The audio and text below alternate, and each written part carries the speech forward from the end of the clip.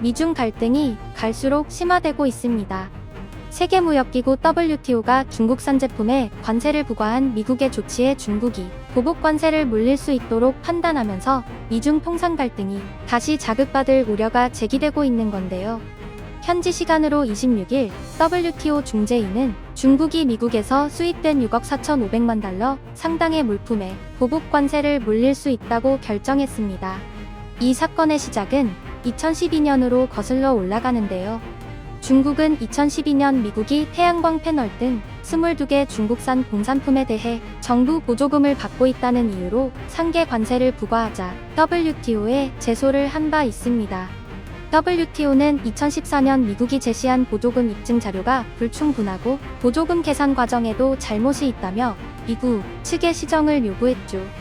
그러나 중국은 2019년 미국이 WTO의 결정을 준수하지 않는다며 매년 24억 달러 상당의 미국산 수입품에 보복 조치를 할 수 있도록 승인해달라고 WTO에 요구했는데요.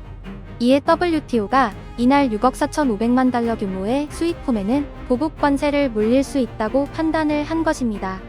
블룸버그 통신은 이번 결정에 WTO가 중국에 새로운 관세 무기를 부여했다고 평가했습니다. 이번 판정 금액은 중국의 당초 요구액보다는 작긴 한데요. 어쨌든 민감한 시기에 무기를 부여했다고 볼 수 있겠습니다. 그동안 WTO의 분쟁 해결 절차가 공정하지 않다고 반발해온 미국은 실망스러운 결정이라며 성명을 내고 해당 조치를 맹비난했습니다. 반면 중국은 싱글벙글이 되었죠. 국제기구가 미국의 잘못을 인정했다며 WTO의 결정을 환영한 건데요. 기쁨도 잠시 미국이 다시 꺼낸 카드의 초조함을 감추지 못하고 있습니다.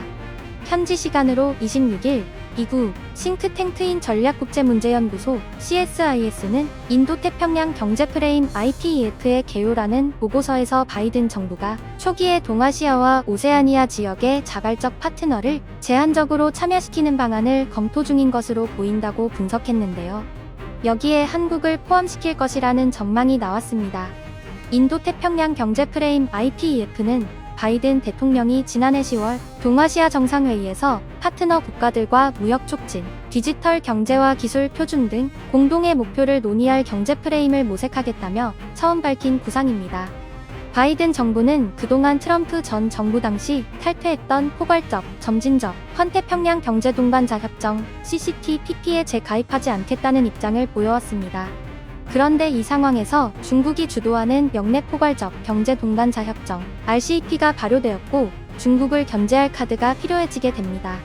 RCEP에는 아세안 10개국을 비롯해 한국, 중국, 일본, 호주, 뉴질랜드 등 15개국이 참여하고 있는데요.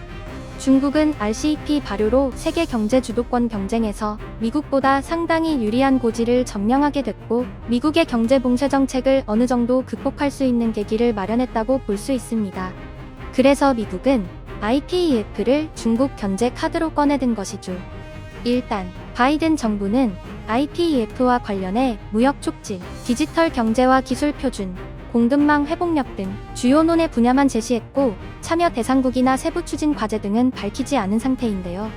전략국제문제연구소는 보고서에서 한국을 비롯한 일본, 호주, 뉴질랜드, 싱가포르가 IPEF의 초기 참여국이 될 것이라고 전망했습니다. 또 미 당국자와의 비공개 대화 결과를 토대로 바이든 정부가 이들 국가 이외에 인도나 방글라데시, 스리랑카 같은 다른 동남아 국가들을 포함하는 방안을 검토하고 있으며 캐나다와 멕시코, 페루, 칠레 등 아메리카 대륙의 태평양 연안 국가는 포함시킬 의향이 없는 것으로 보인다는 사실까지 전했습니다. 해당 소식에 중국은 발칵 뒤집혔습니다. 미국 정부의 IPEF 추진은 당연히 중국에 대한 포위망을 구축하기 위한 인도-태평양 전략의 일환이기 때문이죠. 지난해 12월 토니 블링컨 국무장관은 인도태평양 전략을 상세하게 밝히면서 미국은 외교, 군사, 정보를 동맹 및 파트너들과 협력하는 전략을 추진할 것이라고 말한 바 있습니다. 무역과 디지털 경제, 기술, 공급망, 탈탄소, 인프라 등의 분야를 포함해 공동 목표를 추구하기 위한 포괄적인 경제 프레임워크를 개발하고 있다고 강조했죠. 블링컨 장관의 이런 연설 내용은 인도태평양 지역에 중국을 겨냥한 안보 및 경제 포위망을 구축하겠다는 의도를 분명히 한 것이라고 볼 수 있겠습니다. 미 싱크탱크 전략국제문제연구소는 이번 분석을 통해 IPEF가 아세안과의 관계 심화에 초점을 맞추고 있지만 아세안 10개국을 모두 포함하긴 어려울 것이라는 전망도 내놨습니다. 아세안 회원국 중 참여 기준에 못 미치는 국가가 여럿 있기 때문인데요. 전략국제문제연구소는 인도네시아와 태국, 베트남 등의 서명이 관건이 될 것으로 내다봤습니다. 그러면서 IPEF가 반중 동맹으로 인식되면 중국의 강압적 대응을 우려해 참여를 경계하는 인도태평양 국가가 나올 수 있다고 전망했습니다. 또 IPEF가 성공적으로 이행되면 미국에 도움을 주는 중요한 주도권이 될 수 있을 것이라며 성공적 마무리가 쉽지 않고 시간이 걸리겠지만 영내 경제적 통합과 안정성, 미국이 더 강력한 존재감이라는 결과는 노력할 만한 가치가 있다고 평가했습니다. IPEF의 성공적인 이행을 위해 미국은 특히 한국에 대놓고 러브콜을 보내고 있습니다. 한국이 미중 사이에서 전략적으로 모호성과 선명성을 유지하고 있다는 걸 알고 있지만 한국의 역할이 무엇보다 중요하다고 생각했기 때문입니다. 램버트 미국 국무부 한일 담당 부차관보는 미 싱크탱크 전략국제문제연구소가 주최한 화상대담에 나와 민주주의와 인권을 증진하는 데 있어 아시아에서 한국보다 더 큰 리더십을 행사하는 국가는 없다고 밝히며 미국의 대중대응 전선에서도 한국의 적극적인 역할이 필요하다고 언급했습니다. 이어 한국이 다른 나라와 대조적으로 옳은 방향으로 가고 있다며 미중 갈등이 이어지는 대만 문제와 관련해 지난해 5월 한미 정상회담 공동성명에 대만 해협에서의 평화와 안정 유지란 문구가 담긴 것은 중요한 일이라고 설명했죠. 그러면서도 중국 문제에서 한국의 태도와 관련해 지리적 입지가 영향을 미친다는 점을 인정한다는 말을 하기도 했는데요. 중국을 염두에 둔 듯 한국은 매우 강력하고 큰 한 이웃나라와 협력한 천년의 경험이 있다며 한국은 어떤 면에서는 제약을 받고 있다고 평가했습니다. 또 한국은 떨어져 있는 다른 나라들과 달리 막무가내로 중국에 눈을 찌를 수 없을 것이고 그렇게 해서도 안 된다는 말을 하기도 했는데요. 영어로 눈을 찌르다는 심기를 건드린다는 뜻을 담고 있습니다. 그러나 그는 한국이 사드 배치 후 중국의 경제적 강압에 대처한 사례를 들며 한국은 중국의 공격적 행동에 맞설 수 있고 이런 일들이 최선의 이익에 맞지 않다는 점을 보여줄 의향이 있다고 밝혔는데요. 이것이 한국과 미국의 생각이 교차하는 지점이라면서 다가올 한국 대선에서 누가 이길지에 상관없이 한국과 더 깊은 관계와 대화를 가질 필요가 있다며 한국이 미국의 편에 서길 바란다는 식의 말들을 이어갔습니다. 페르난데스 차관도 지난해 12월 서울 외교부 청사에서 열린 한미 고위급 경제협의회에 참석해 코로나로 인한 반도체 수급난은 반도체가 일상생활에 결정적인 역할을 하고 있는 것은 물론 한국이 글로벌 반도체 공급망에서 필수적인 파트너이자 리더라는 점에 이목을 집중시켰다고 밝히는 등 한국의 IPEF 참여에 진작부터 러브콜을 보내왔습니다. 이처럼 한국은 전략적 모호성과 선명성을 오가는 유연한 대응으로 미중 사이에서 선택을 강요받는 진퇴양난의 상황을 오히려 강력한 패로 쥐고 있는 듯 외교력을 발휘하고 있습니다. 외교라는 것이 완벽하게 양자택일의 문제가 아니기도 하고 만약 취할 것은 취하고 버릴 것은 버려서 골라잡는다고 해서 꼭 그 전략만을 고집할 필요도 없기 때문입니다. 양자 사이 전략의 유효성, 유용성, 적시성, 적절성을 모두 고민해 유연하게 대응하고 있는 것이죠. 앞서 전해드린 것처럼 미국이 IPEF를 핵심 정책으로 내세우며 아시아 국가들과의 연대와 공급망 안정화에 집중할 것으로 예상되고 있고 한국은 그런 상황에 대해서도 대응을 준비하고 있는데요.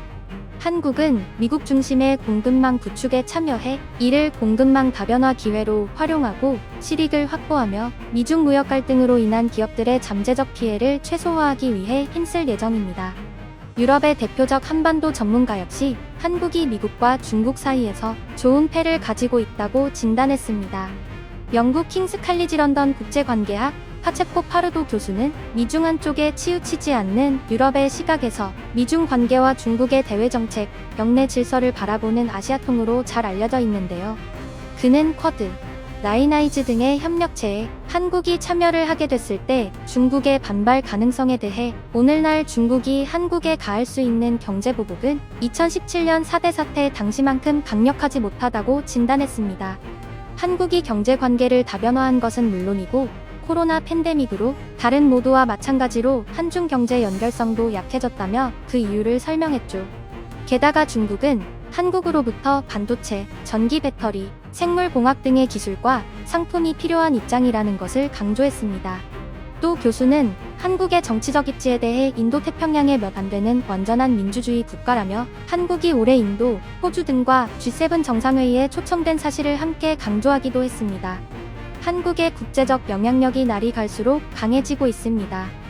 동시에 한미 동맹을 굳건히 하면서 중국과 되도록 적을 치지 않도록 상황을 지혜롭게 풀어나가야 하는 어려운 과정에 있다고 할 수 있는데요. 그 과정 속에서도 실리를 잘 취하며 전략적 차원에서 외교 노선의 선택지를 더 넓혀가고 있습니다. 오늘 전해드릴 소식은 여기까지입니다. 영상이 정보가 되셨다면 그것만으로도 감사드립니다.